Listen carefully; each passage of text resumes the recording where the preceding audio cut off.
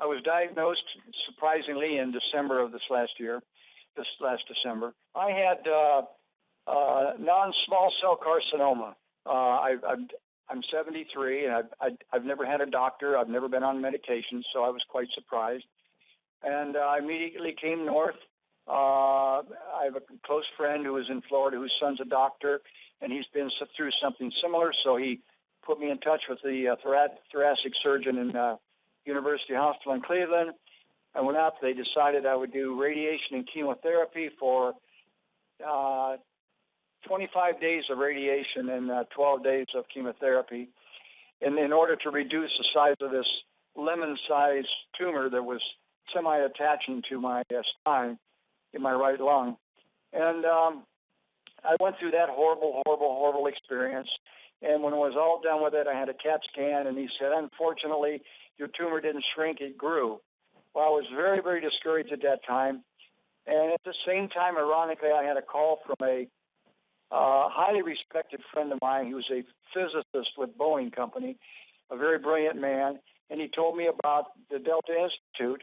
I immediately researched that, got a conference call with Dr. Smith, decided I would go to the clinic, and I canceled my surgeries because they were sounding very iffy at the time. And I went for 4 weeks at the Institute. I spent 4 to 5 hours a day for the month at the Institute through the various modalities and the BX treatments. And at the end of that month, I returned to Cleveland. And 2 weeks later, I had another CAT scan. And when the doctor came in, he said, "Well," he says, "your tumor has shrunk 50%." And I wasn't ready for that scenario. I was quite shocked.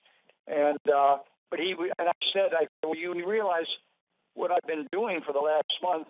And he wouldn't acknowledge that at all. He just said some comment that it was probably latent effects of chemotherapy, which nobody else believed but him. It continued to grow throughout and even after my chemotherapy and radiation. And he said I was in one of the unlucky 5% that does happen to. Well, and he completely changed his story when I came back. But anyway, since that time, the tumor was quite operable, and I made a very hard decision to go ahead and have it removed. It's hard to explain why, but I just felt that I had to get this thing out of me if I could. So I'm in the recovery stages right now of the surgery, which went well, and I continue with the BX protocol. I firmly believe in it.